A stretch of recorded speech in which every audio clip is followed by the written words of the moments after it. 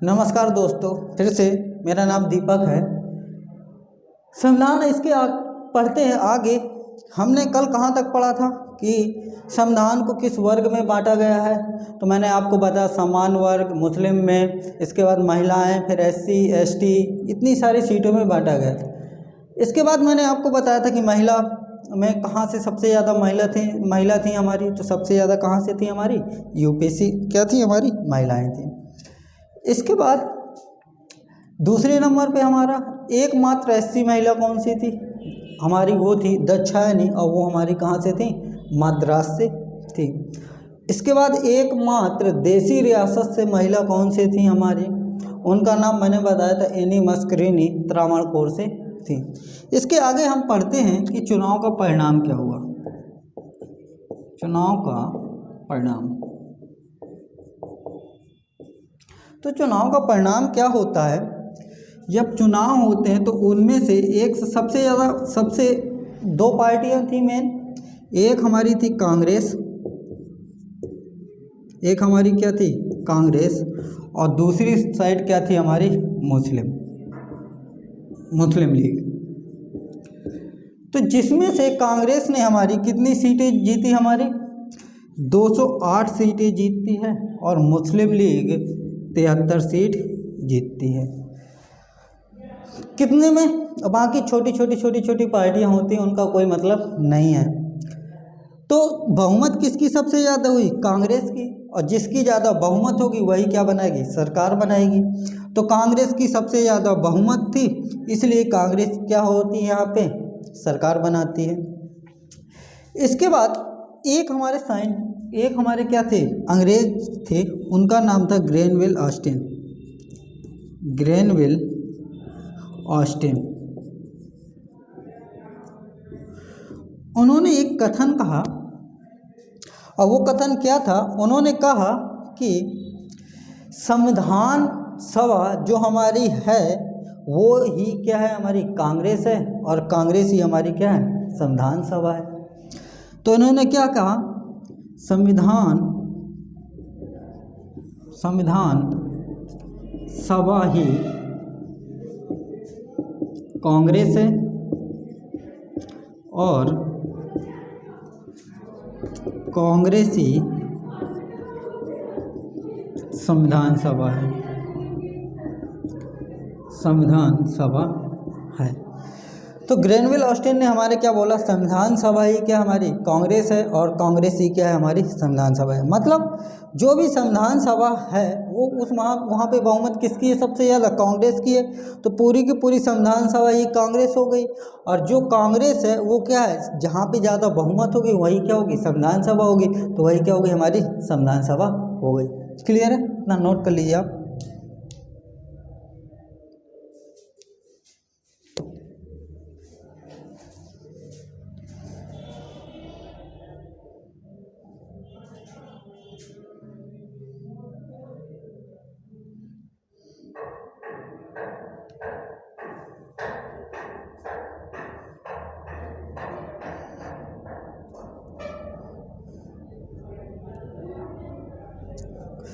हो गया होगा, आगे देखते हैं।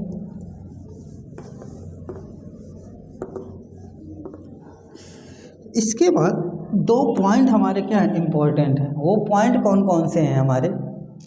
पहला, एकमात्र पारसी नेता कौन से थे? एकमात्र पारसी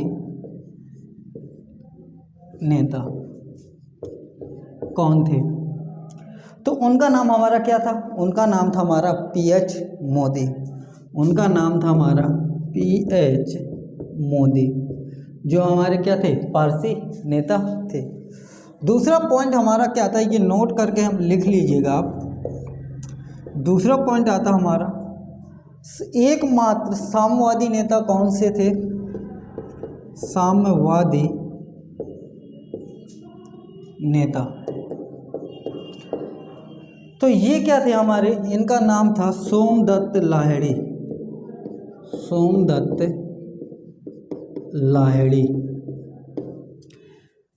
ये क्या थी, साम्यवादी एक क्या थी, दल थी, जैसे कि पार्टियां होती वही हमारे क्या थे, एक दल थी, और उसमें क्या थे, एक नेता थे जिनका नाम था सोमदत्त लाहिड़ी। क्लियर है। और ये क्या, एक सीट जीते थे हमारे, इतना नोट कर लीजिए।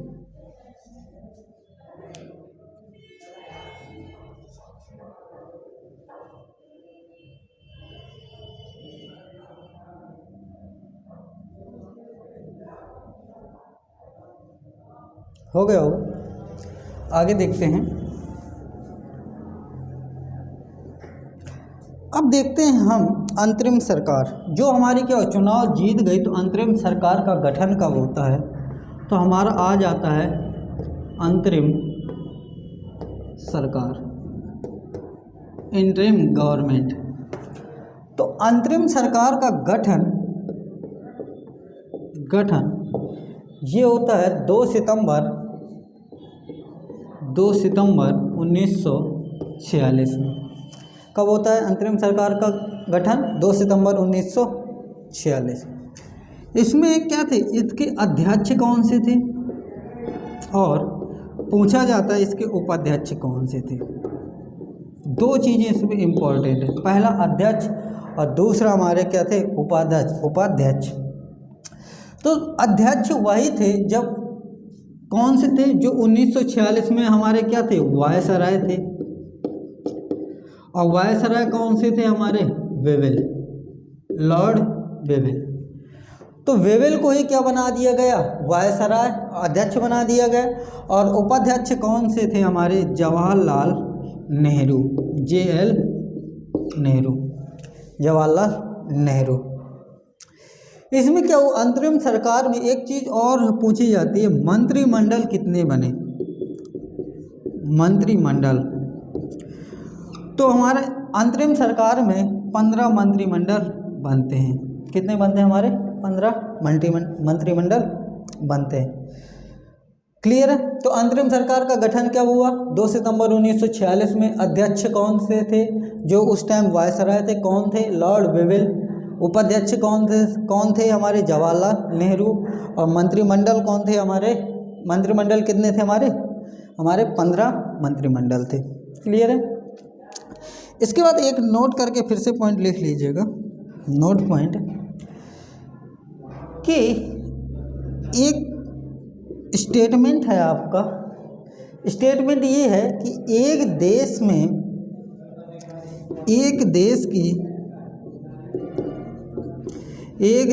की सरकार के 2 राष्ट्र चला रहे हैं। एक देश की सरकार 2 राष्ट्र चला रही है, ये किसने कहा था, ये आपके स्टेटमेंट पूछा जाता है। तो ये हमारे कहा था doctor Bhimrao Ambedkar, doctor BR Ambedkar ji ने। किन्होंने कहा था हमारे, तो भीमराव अंबेडकर जी ने कहा था। नोट कर लीजिए। क्लियर है।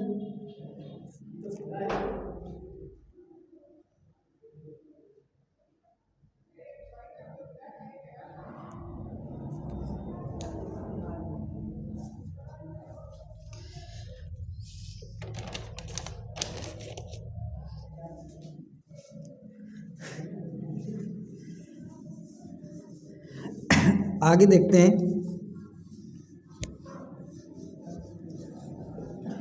इसके बाद आ जाती है हमारी संविधान सभा की बैठक। तो संविधान सभा की बैठक, संविधान सभा की जो बैठक है हमारी कितनी हुई थी, संविधान सभा की हमारी 3 बैठकें हुई थी। कितनी बैठकें हुई थी हमारी, 3। उनमें से पहले वाले को प्रथम बैठक बोल दिया जाता है, प्रथम बैठक।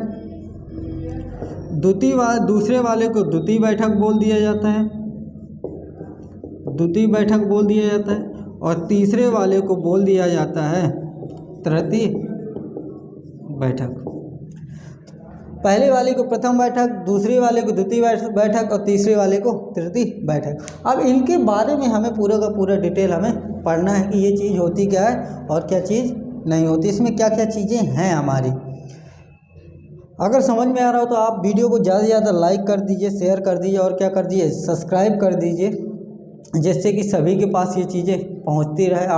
मैं अब डेली आपका वीडियो बनाऊंगा और अच्छी से अच्छी क्वालिटी आपको क्या करूंगा, प्रोवाइड करने की कोशिश करूंगा कि कोई भी एग्ज़ाम में एक भी क्वेश्चन इससे बाहर ना जाने पाए। बस आप लोग से रिक्वेस्ट है कि आप लोग सब्सक्राइब कर दीजिएगा और शेयर कर दीजिए, ज़्यादा से ज़्यादा लोगों में भेज दीजिएगा। क्लियर हो गया होगा। आगे देखते हैं, हम पढ़ते हैं प्रथम बैठक, संविधान सभा की प्रथम बैठक। संविधान सभा की प्रथम बैठक, तो हम हेडिंग डालते हैं संविधान सभा की प्रथम बैठक। आप लोग एक कॉपी बना लीजिएगा और क्या उसमें जैसे मैं लिखता जा रहा हूँ वैसे लिखते जाइएगा, आपके नोट्स क्या हो जाएंगे, आपके कंप्लीट हो जाएंगे पूरे के पूरे। देखते हैं प्रथम बैठक कब हुई हमारी। तो संविधान सभा की प्रथम बैठक, डेट आपकी इम्पोर्टेंट है, वो हुई थी 9 दिसंबर 1946 में। 9 दिसंबर 1946 में हुई थी। कहाँ हुई थी हमारी? दिल्ली में हुई थी। दिल्ली में कहाँ हुई थी हमारी? सेंट्रल हॉल, सेंट्रल हॉल में हुई थी, यानी कि केंद्रीय सभा, हिंदी में बोल दिया जाता है केंद्रीय सभा। तो प्रथम बैठक कब हुई हमारी? 9 दिसंबर 1946 को। कहाँ हुई? दिल्ली में। दिल्ली में कहाँ? सेंट्रल हॉल यानी कि केंद्रीय सभा। कितने बजे चालू हुई? तो ये चालू हुई 11 बजे सुबह। क्या हुई आपकी? चालू हुई 11 बजे सुबह चालू हुई। जब ये बैठक हुई तो उसमें क्या है, कितने लोग उपस्थित हुए?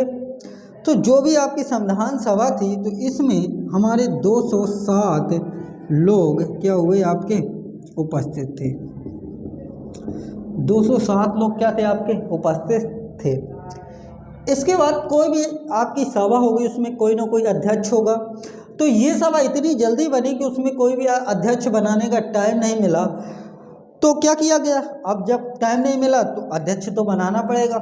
अध्यक्ष बनाना पड़ेगा तो इनमें क्या हुए, एक सबसे बुजुर्ग इंसान को लिया गया और उनको क्या बना दिया गया, अध्यक्ष बना दिया गया। और वो बुजुर्ग इंसान का नाम था, जो अध्यक्ष थे हमारे बने, सच्चिदानंद सिन्हा।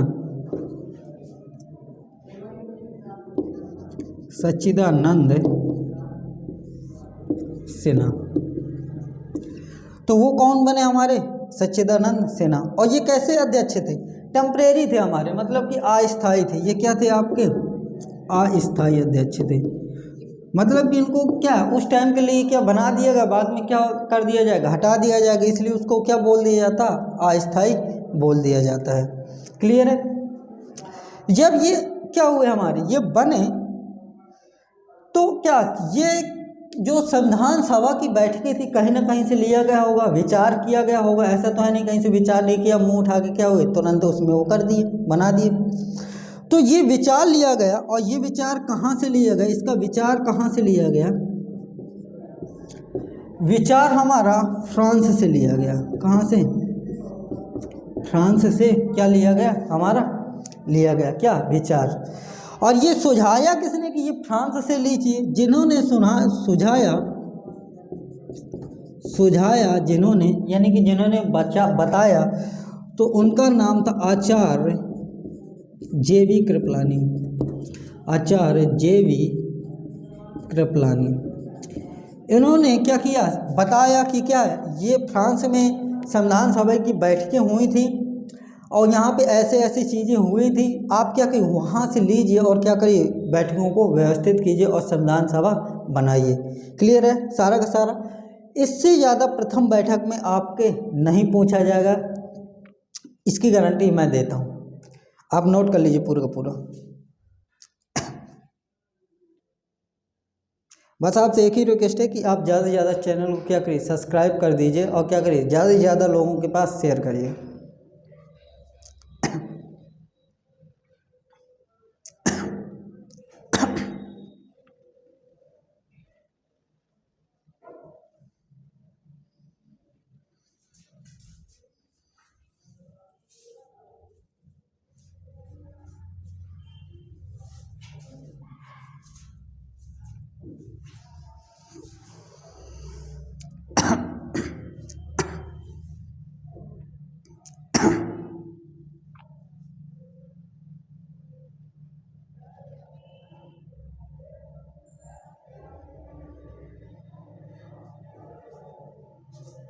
हो गया होगा, हो गया।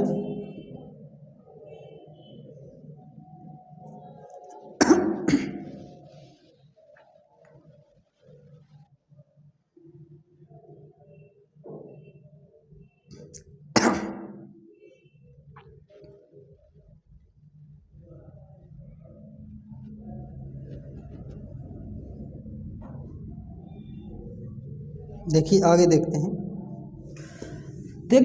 प्रथम बैठक हो गई हमारी, इसके बाद आती है आपकी द्वितीय बैठक, संविधान सभा की द्वितीय बैठक।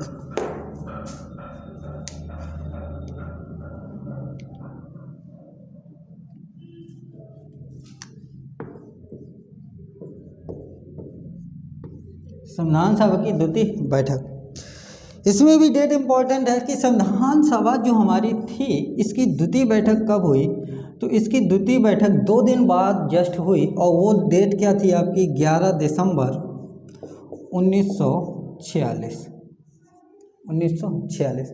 तो द्वितीय बैठक हमारी कब हुई, 11 दिसंबर 1946। इसके बाद ये भी कहाँ हुई, तो ये भी हमारी कहाँ हुई, हमारी दिल्ली में। दिल्ली में किस जगह हुई हमारी, कहाँ हुई आपकी सेंट्रल हॉल यानी कि केंद्रीय सभा में, केंद्रीय सभा में हुई हमारी। कितने बजे चालू हुई, सेम 11 बजे क्या हुई आपकी चालू हुई। लेकिन यहाँ पे जो अध्यक्ष थे हमारे, अब क्या हमें टाइम मिल गया, 2 दिन का टाइम मिल गया कि अध्यक्ष चूज करने के लिए। जो हमारे क्या थे अस्थायी अध्यक्ष थे उनको हटा के अब क्या आ जाएंगे हमारे स्थायी अध्यक्ष, क्योंकि हमें 2 दिन का वक्त मिल गया। तो जो हमारे अध्यक्ष थे और वो थे हमारे राजेंद्र प्रसाद जी। और ये कहाँ से थे हमारे, बिहार से थे, और क्या थे एक पेशे से क्या थे शिक्षक थे। ये मैं इतिहास में पढ़ाऊंगा आपको। तो ये थे क्या हमारे स्थायी थे, क्या थे आपके स्थायी अध्यक्ष थे। तो आपके पूछा जाता है कि संविधान सभा के स्थायी अध्यक्ष कौन से थे, तो उनका नाम है हमारा राजेंद्र प्रसाद। इसके बाद हमारे क्या आ जाता है, इसमें और 1-2 पॉइंट आ जाते हैं।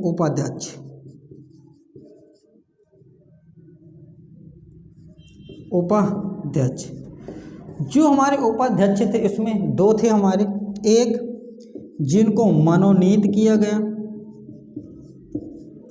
और दूसरा जो क्या हुए हमारे निर्वाचित हुए। दूसरे क्या हुए हमारे निर्वाचित हुए। जो मनोनीत हुए तो उनका नाम था फ्रैंक एंथनी। क्या नाम था आपका फ्रैंक एंथनी। तो जो हमारे उपाध्यक्ष जिनको मनोनीत मतलब कि चूज कर लेना कि ये हमारे क्या होंगे उपाध्यक्ष होंगे, उन्हीं को मनोनीत बोल दिया जाता है। निर्वाचित जिनका क्या होता है चुनाव होता है उनको निर्वाचित। तो जो मनोनीत हुए वो हमारे क्या थे फ्रैंक एंथनी थे। इसके बाद जो निर्वाचित हुए वो हमारे उनका नाम है एच.सी. मुखर्जी। एच.सी. मुखर्जी। एच.सी. मुखर्जी पूरा नाम इनका क्या है हरेंद्र कोमर मुखर्जी। हरेंद्र कोमर मुखर्जी इनका पूरा नाम। तो उपाध्यक्ष हमारे कौन हो गए, एक मनोनीत हो गए, एक क्या हो गए आपके निर्वाचित हो गए। जो मनोनीत हुए उनका नाम था फ्रैंक एंथनी, और जो क्या हुआ आपके निर्वाचित हुए उनका नाम था एच.सी. मुखर्जी यानी कि हरेंद्र कुमार मुखर्जी। क्लियर है, नोट कर लीजिए। आप वीडियो को ज़्यादा से ज़्यादा क्या करिए सब्सक्राइब कर दीजिए और क्या कर दीजिए लाइक कर दीजिए, जिससे क्या करें लोगों के पास ज़्यादा से ज़्यादा आपकी अच्छी चीज़ें पहुँचे। फ्री में आप करिए, इसी में क्या होता है आपके लाखों रुपए आप देते हैं जाते हैं और क्या करते हैं ये चीज़ नहीं मिलती है। मैं आपको क्या कर रहा हूँ प्रोवाइड कर रहा हूँ पूरी एक बिल्कुल डिटेल में। और कुछ भी अगर प्रॉब्लम हो तो आप क्या करें कमेंट जरूर कर दें।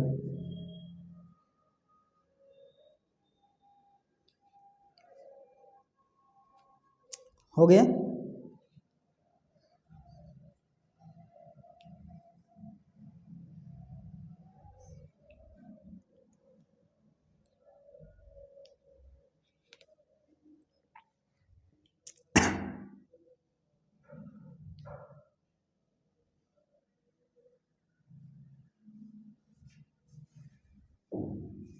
प्रथम बैठक हो गई हमारी, द्वितीय बैठक हो गई, इसके बाद हम पढ़ेंगे तृतीय बैठक। लेकिन यहाँ पे एक पॉइंट क्या इम्पोर्टेंट है, देखते हैं आगे। आपका क्वेश्चन यहाँ पे कई बार पूछा गया है, वनडे एग्जाम में, पीसीएस में और भी कई जगह क्या किया गया है, ये पूछा गया है। यहाँ पे पूछा गया है कि संविधान सभा के सलाहकार कौन है। संविधान सभा के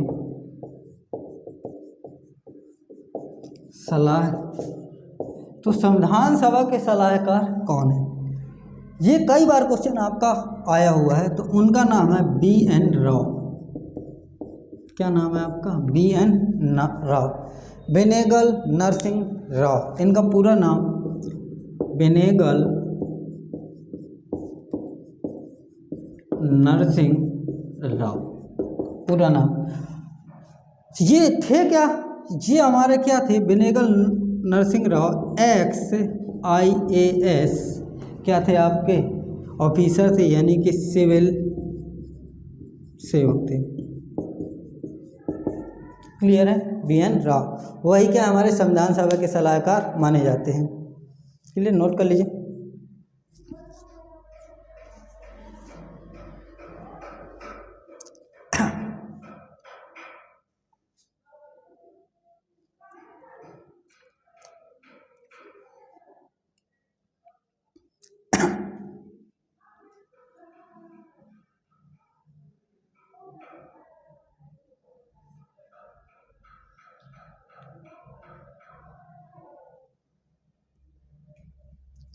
हो गया होगा, चलिए आगे देखते हैं।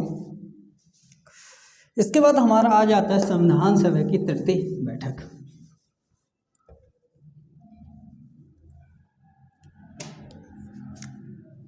संविधान सभा की तृतीय बैठक। तो संविधान सभा की तीसरी बैठक पहली कब हुई? 9 दिसंबर 1946 को। द्वितीय कब हुई? 11 दिसंबर 1946 को। इसके बाद 2 दिन बाद फिर से तीसरी बैठक की जाती है, और ये कब हुई तृतीय बैठक? 13 दिसंबर 1946 को। कब हुई? 13 दिसंबर 1946 को। कहाँ हुई? सेम दिल्ली में हुई। दिल्ली में कहाँ हुई? आपका सेंट्रल हॉल में हुई, आपकी सेंट्रल हॉल यानी कि केंद्रीय सभा, केंद्रीय सभा में हुई आपकी। कब हुई हमारी? सेम 11 बजे क्या हुई आपका चालू हुआ। अध्यक्ष कौन थे हमारे? स्थायी अध्यक्ष क्या होंगे? जो द्वितीय में थे वही तृतीय में रहेंगे। क्यों? क्योंकि वो क्या थे आपके स्थायी थे। तो अध्यक्ष कौन हो गए हमारे? राजेंद्र प्रसाद जी। तो अध्यक्ष हमारे क्या हो गए आपके? राजेंद्र प्रसाद जी।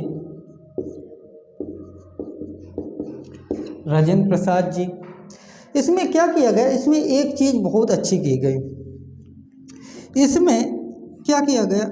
ऑब्जेक्टिव रेजोल्यूशन यानी कि उद्देश्य प्रस्ताव पारित किया गया। उद्देश्य प्रस्ताव पारित किया गया। किसमें पारित किया गया? तृतीय बैठक में, जो कब हुई थी? 13 दिसंबर 1946 को।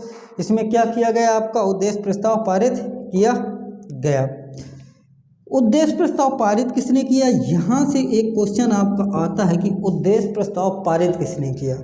तो उद्देश्य प्रस्ताव पारित करने वाले का नाम था जवाहरलाल नेहरू, यानी कि JR नेहरू। तो क्या होगा? जवाहरलाल नेहरू। इन्होंने क्या किया? पारित किया। इसमें कहा क्या गया? इसमें 8 पॉइंटों को बताया गया। कितने? 8 पॉइंट यानी कि बिंदुओं को क्या किया गया? बताया गया कि ये हमारा जो संविधान है कैसा होना चाहिए, बिंदुओं को वो बताया गया। उसमें से जैसे क्या कौन कौन से पॉइंट हमारे हो जाए? लोकतांत्रिक हो गए आपका।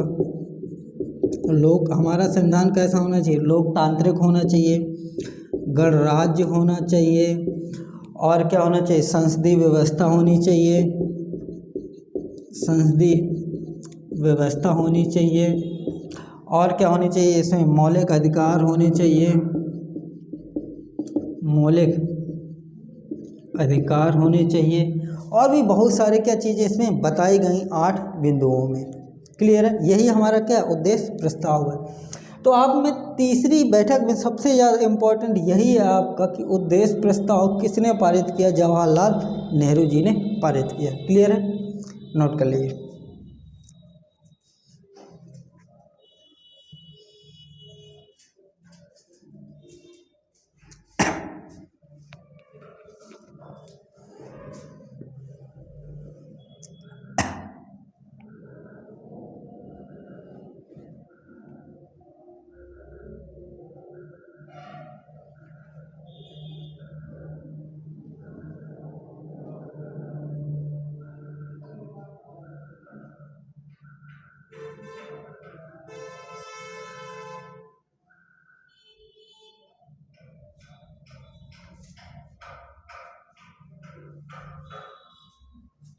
क्लियर हो गया?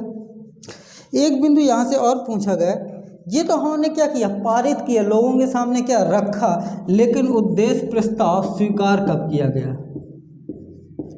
उद्देश्य प्रस्ताव क्या स्वीकार कब किया गया? सॉरी, तो उद्देश्य प्रस्ताव हमारा 22 जनवरी 1947 को क्या कर लिया गया? स्वीकार कर लिया गया। तो उद्देश्य प्रस्ताव आया कब था? 13 दिसंबर 1946 को। तुरंत एक महीने बाद क्या किया गया? इसको स्वीकार कर लिया गया। कब? 22 जनवरी 1947 को क्या कर लिया गया? स्वीकार कर लिया गया। क्लियर है? नोट कर लीजिए।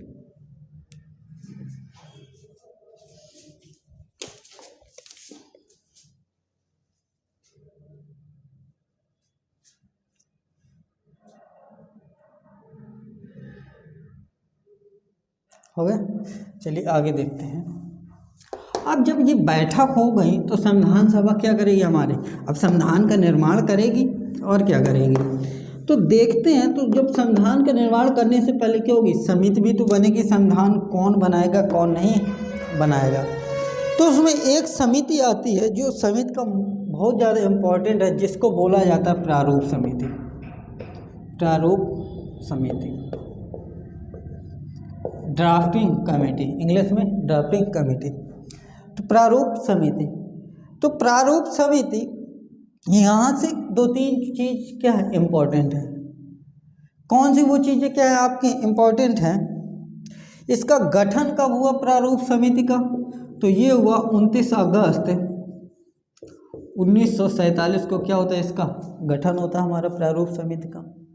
जब प्रारूप समिति का गठन होता है तो इसमें लोगों को भी तो बताया जाए कितने लोग होंगे, कितने लोग नहीं, क्योंकि समिति है तो कोई ना कोई लिमिटेड होंगे आपके, ऐसा तो नहीं कि सभी को भर लिया गया। तो कितने होंगे हमारे? तो इसमें बोला गया ये प्रारूप समिति हमारे कितने? 7 सदस्यीय होगी, मतलब कि 7 सदस्य होंगे कुल मिला के। तो 7 सदस्य होंगे कौन कौन से? तो अब इन 7 के नाम क्या? पीसीएस और आरओ के लिए क्या मोस्ट इम्पॉर्टेंट है हमारे, ये आपका आ सकता है आपका। तो वो 7 में 7 के 7 हम पढ़ेंगे। तो सबसे पहले क्या लिखेंगे हम?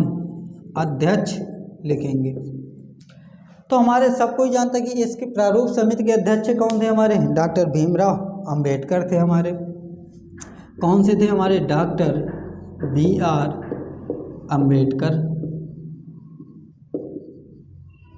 डॉक्टर भीमराव अंबेडकर। ये तो हमारे पहले सदस्य हो गए।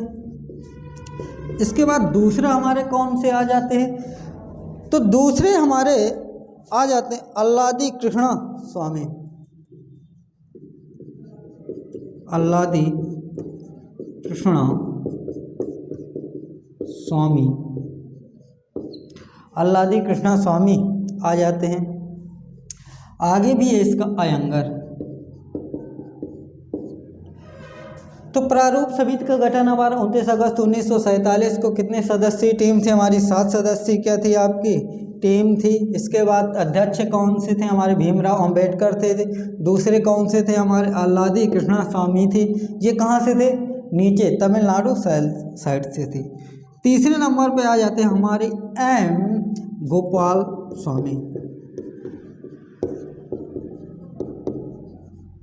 M गोपाल स्वामी, ये क्या होते हैं हमारे? तीसरे सदस्य होते हैं। याद कर लीजिए कि ये नाम डॉक्टर भीमराव अंबेडकर, अल्लादी कृष्णा स्वामी, M गोपाल स्वामी, इसके बाद आपके चौथे आ जाते हैं आपके के एम मुंशी। ये क्या है हमारे चौथे नंबर पे है हमारे के एम मुंशी। इनका पूरा नाम जानते हैं, कन्हैया लाल मणिकलाल मुंशी। कन्हैया लाल मणिकलाल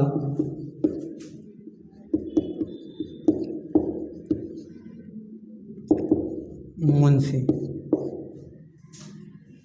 इसके बाद हमारे 5 नंबर पे क्या आ जाते हैं, सर सैयद मोहम्मद सादुल्ला। सर सैयद मोहम्मद सादुल्ला।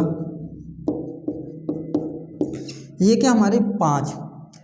तो अध्यक्ष कौन थे प्रारूप समिति के, डॉक्टर भीमराव अम्बेडकर, दूसरे अल्लादी कृष्णा स्वामी, तीसरे एम गोपाल स्वामी, चौथे के एम मुंशी जिनको कन्हैयालाल मणिकलाल मुंशी। इसके बाद चौथा सर सैयद मोहम्मद सादुल्ला।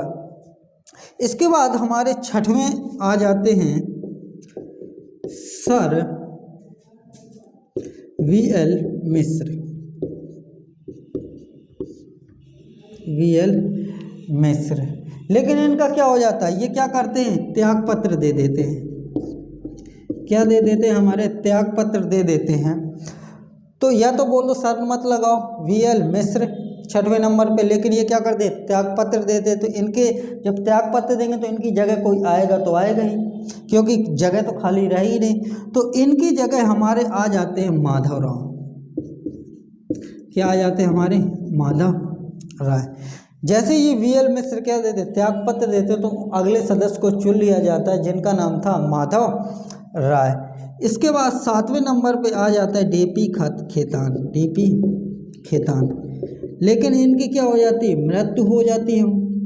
जब इनकी मृत्यु हो जाती है तो जगह तो खाली रखी नहीं जाएगी, तो जगह खाली नहीं होगी तो इनकी जगह कोई ना कोई आएगा। तो इनकी जगह ले लिया जाता है टी.टी. कृष्णामाचारी जी को। तो ये हमारे क्या हो जाते हैं, 7 सदस्य क्या हो जाते हैं, ये हो जाते हैं। पहले प्रारूप समिति के अध्यक्ष कौन थे, डॉक्टर भीमराव अम्बेडकर, दूसरे अल्लादी कृष्णा स्वामी अयंगार, तीसरे एम गोपाल स्वामी, चौथे के एम मुंशी या कन्हैयालाल मणिकलाल मुंशी, 5वें सर सैयद मोहम्मद सादुल्ला, 6वें वी.एल. मिश्र जिनका क्या कर देते, त्याग पत्र दे देते। और जब त्याग पत्र हो जाता है तो जगह खाली हो जाती है, तो जगह खाली रख नहीं सकते, तो किनको चुना जाता है, माधव राय जी को चुना जाता है।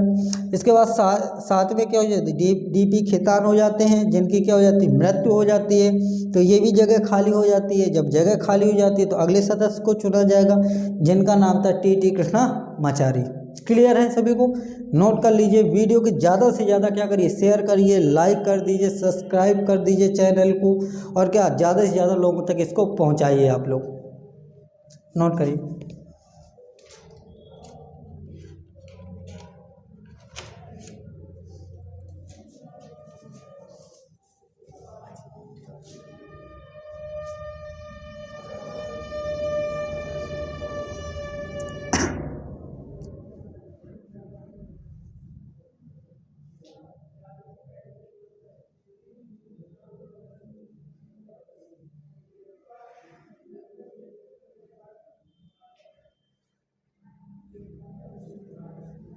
इसके बाद और भी बहुत सारी समितियां, सारी की लिस्ट लिखा दूंगा आपको मैं। इसके बाद उनके अध्यक्ष कौन से थे वो भी लिखा दूंगा आपको मैं। ये सारी चीज़ें क्या है आपकी इम्पोर्टेंट। भाग 1 आएगा जल्दी आएगा, कल या परसों नरसों तक आपका भाग 1 चालू हो जाएगा, जिसमें संघ एवं राज्य क्षेत्र। इसके बाद भाग 2 चालू हो जाएगा, नागरिकता। भाग 3 इसके बाद मौलिक अधिकार। भाग 4 क्या हो जाएगा, डी.पी.एस.पी। भाग 4A क्या हो जाएगा, मौलिक कर्तव्य। फिर क्या हो जाएगा, राज्य केंद्र। फिर क्या हो जाएगा, राज्य। ऐसे क्या हो जाएगा, धीरे धीरे सारी चीज़ क्या कर लेंगे, खत्म कर लेंगे।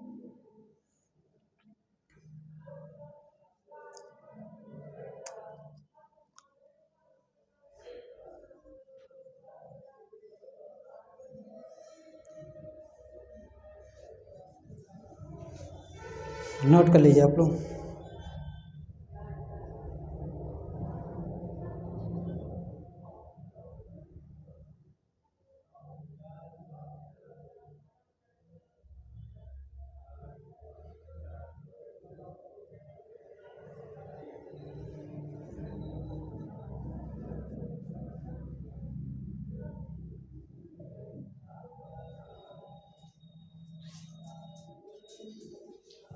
हो गया।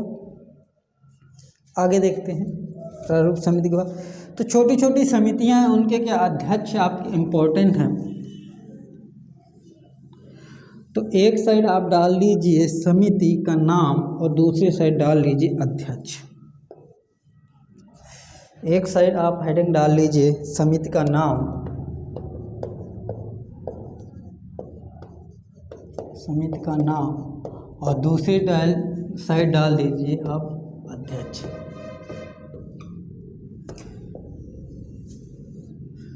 पहली जो हमारी समिति है उसका नाम है संघ संविधान समिति। संघ संविधान समिति। और इनके अध्यक्ष क्या थे हमारे? इनके अध्यक्ष का नाम था जवाहरलाल नेहरू। तो पहले हमारे जो समिति हो जाती है संघ संविधान समिति, इसका दूसरी समिति आती है आपकी संघ विषय समिति। संघ विषय समिति, इनके भी अध्यक्ष हमारे क्या हो जाते हैं? जवाहरलाल नेहरू।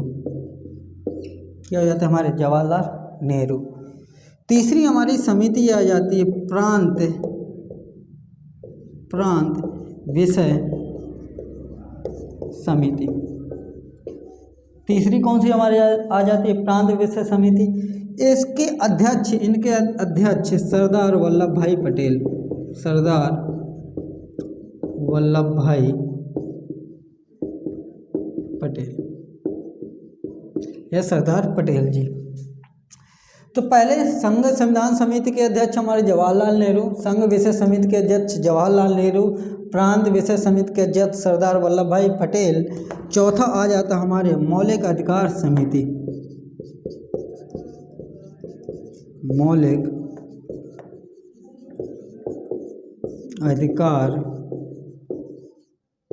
मौलिक अधिकार समिति।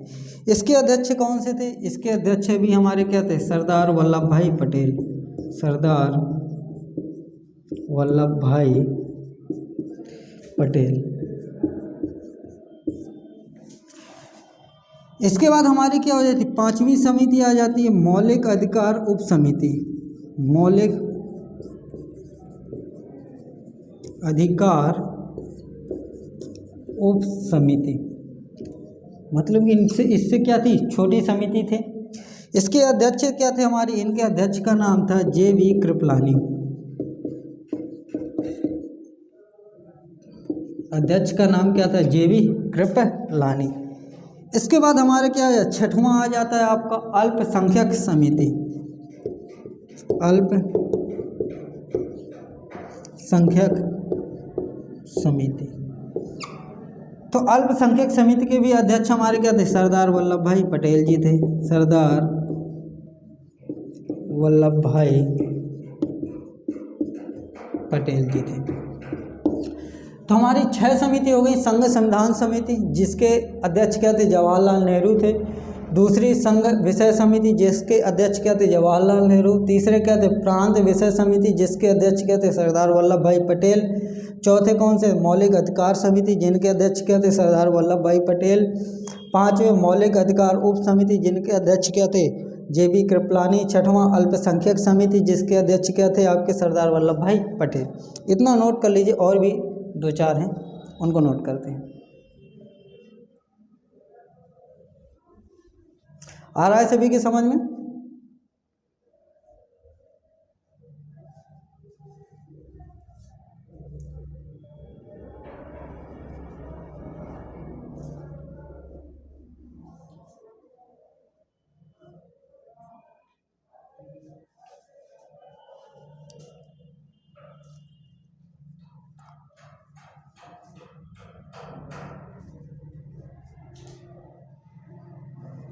ऊपर के हो गए होंगे आपके, ऊपर के मिटा देता हूँ आपके में।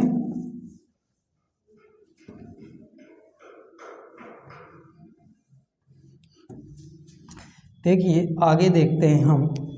इसके बाद आ जाते उप अल्पसंख्यक समिति। 7वां हमारी आ जाती उप अल्पसंख्यक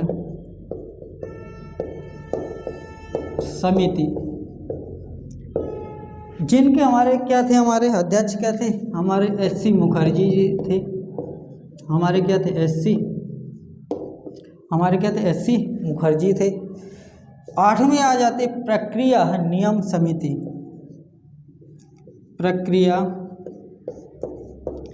नियम समिति।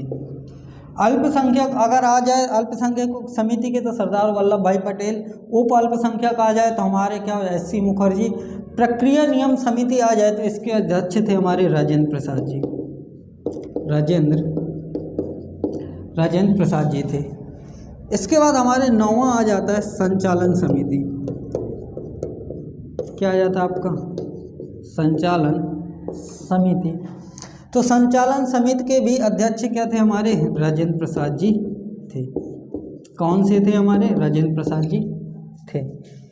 क्लियर है। मौलिक अधिकार उप समिति जे.बी. कृपलानी। मौलिक अधिकार समिति आ जाए तो सरदार वल्लभ भाई पटेल। अल्पसंख्यक समिति आ जाए तो सरदार वल्लभ भाई पटेल।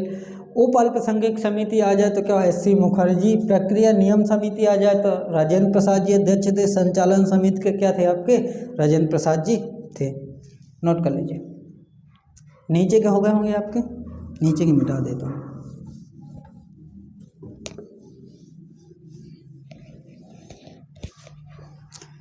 इसके बाद हमारे 10वें नंबर पे आ जाते हैं सदन समिति। ये थोड़ा इम्पोर्टेंट है क्योंकि इसमें क्या थे, जो अध्यक्ष थे वो महिला थी और जिनका नाम था पट्टाभी सीतारमैया। पट्टाभी सीतारमैया। तो सदन समिति के हमारे अध्यक्ष कौन से, पट्टाभी सीतारमैया। इसके बाद हमारा 11वां आ जाता है झंडा समिति। झंडा समिति ये भी क्या है आपकी इम्पोर्टेंट है और इसके अध्यक्ष भी हमारे क्या है आपके, राजेंद्र प्रसाद जी हैं। कौन है हमारे, राजेंद्र प्रसाद जी हैं। तो उप अल्पसंख्यक समिति के अध्यक्ष एस.सी. मुखर्जी। प्रक्रिया नियम समिति के अध्यक्ष राजेंद्र प्रसाद। संचालन समिति के राजेंद्र प्रसाद। सदन समिति के पट्टाभी सीतारमैया। झंडा समिति के भी क्या थे हमारे, राजेंद्र प्रसाद जी थे। एक और आपका आ जाता है कार्य संघ समिति। कार्य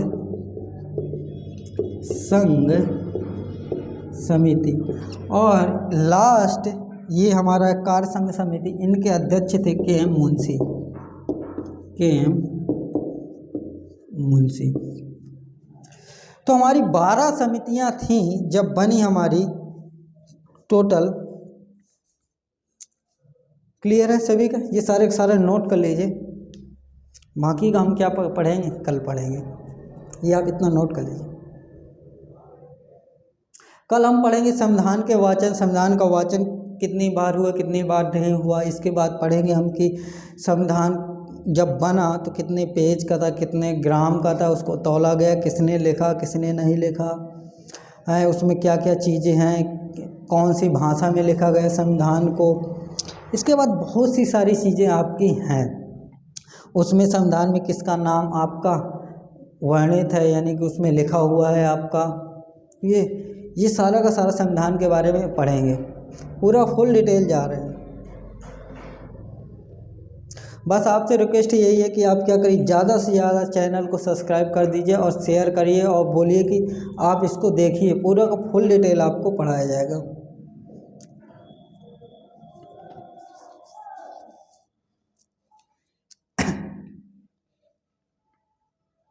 हो गया सभी का।